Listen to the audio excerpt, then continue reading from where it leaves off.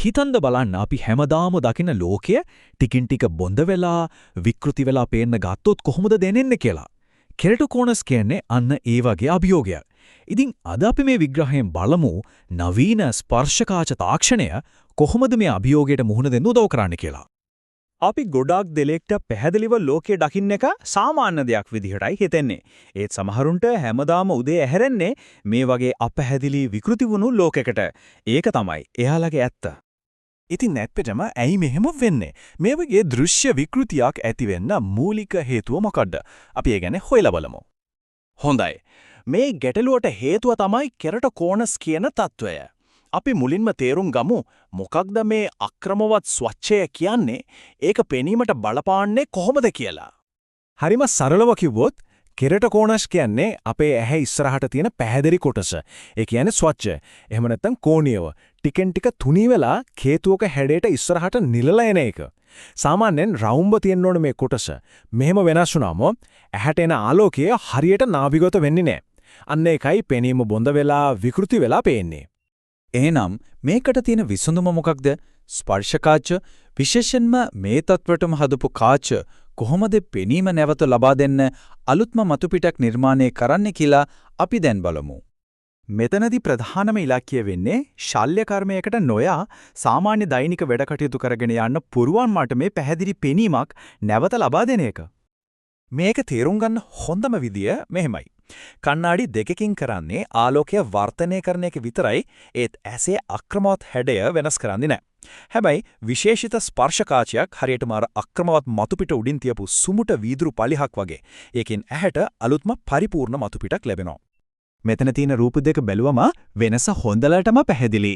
වම් පැත්තේ තියෙන සාමාන්‍ය කණ්ණාඩි දෙකට වඩා දකුණු පැත්තේ තියෙන මේ විශේෂිත කාච වර්ග කෙරටෝකෝනස් වගේ තත්වයකට අවශ්‍යම වෙන විශේෂ උපකරණ වගේ.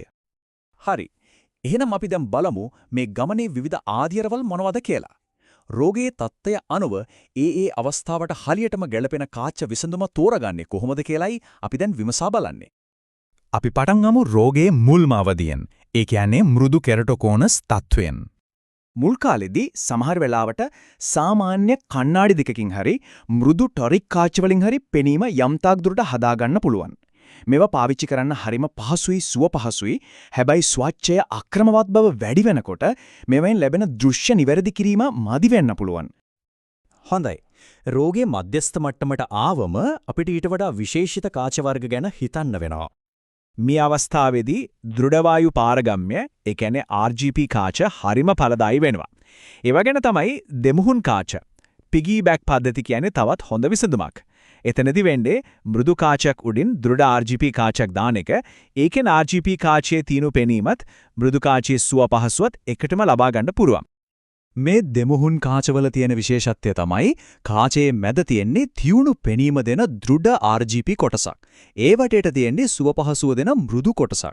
ඉතින් මේක හරියට දෙකේම හොඳම දේ එකට එකතු කළා වගේ වැඩක්.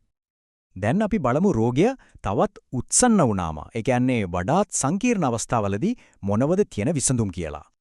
උසස් අවස්ථාවලදී ස්ක්ලෙරල් කාච කියන්නේ ඇත්තටම පුදුම විසඳුමක්.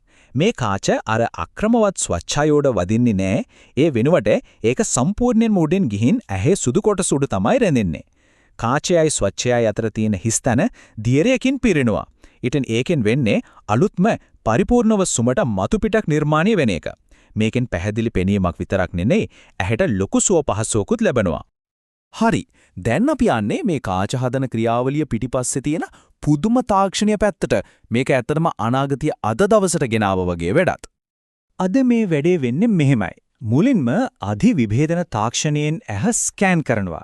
ඊට පස්සේ ඒ දත්ත අරගෙන විශේෂ මෘදුකාංගයකින් හරියටම ගැළපෙන කාචය ඩිජිටල් විදියට නිර්මාණය කරනවා. අන්තිමට ත්‍රිමාන මුද්‍රණ තාක්ෂණයෙන් ඒ කාචය හරිම නිර්වදේ විභිත හදනවා. මේ ස්කෑන් කිරීමේ, ඒ කියන්නේ කෝනියල් ටොපෝග්‍රැෆි කියන එකෙන් ඇසේ මතුපිට අද්විතීය සිතියමක් හදනවා. හරියටම අපේ ඇඟිලි සලකුණ වගේ. එකිනෙකාට වෙනස්.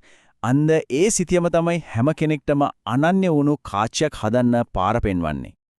ඊට තෙහා ගිහින් වේව් ෆ්‍රන්ට් විශ්ලේෂණය කියන තාක්ෂණයෙන් ඇහැ ඇතුලේ ආලෝකය යනකොට ඇතිවෙන පොඩිම පොඩි විකෘතිතා පවා මැනලා නිවැරදි කරන්න පුරුවන්. ඒක හරියට සාමාන්‍ය පෙනීම HD වගේ නම් මේ තාක්ෂණයෙන් 4K Ultra HD පෙනීමක් දෙනව වගේ වැඩක්. ප්‍රතිඵලය තමයි කවදාවත් දැකලා නැති තරම් පැහැදිලි තියුණු දෘෂ්ටියක්. අපි දැන් අවසාන කොටසට එමු. ඒ කියන්නේ දෛනිකව මේ කාච රැක බලා ගන්නා විදිහයි ඒ වගේම තවත් තියෙන ප්‍රතිකාර විකල්ප ගැනයි කතා කරමු. කාච හරියට නඩත්තු කරන්න එක හරිම වැදගත්. මේකෙදි ප්‍රධාන පියවර 3ක් තියෙනවා.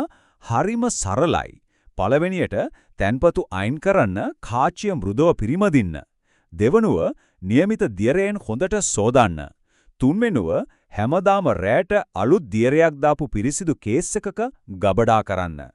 ස්පර්ශ කාච වලින් පෙනීම දියුණු කරන අතරේ සමහර වෙලාවට රෝගිය තවත් නරක අතට යන එක නවත්තන්න වෙනත් ප්‍රතිකාරات අවශ්‍ය වෙනවා.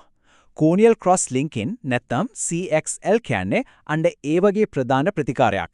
ඒකෙන් ස්වච්ඡය ශක්තිමත් කරලා කේතුව තවත් ඉස්සරහට එන එක නවත්තනවා. සමහර ඊටාම දරුණු අවස්ථාවලදී ස්වච්ඡ බද්ධ කිරීමකට යොමු වෙන්නත් සිද්ධ වෙන්න පුළුවන්. අවසාන වශයෙන් තාක්ෂණයේ තරම් වේගෙන් දියුණු වෙනකොට කෙරොටෝකෝනස් තියෙන හැම කෙනෙක්ටම නිර්වද්‍ය පරිපූර්ණ පෙනීමක් ලබා දෙන ඉලක්කයට අපි ඇත්තටම කොයිතරම් ලං වෙලාද? ඒක ඇත්තෙන්ම අනාගතය ගැන ලොකු බලාපොරොත්තුවක් දනවන ප්‍රශ්නයක්.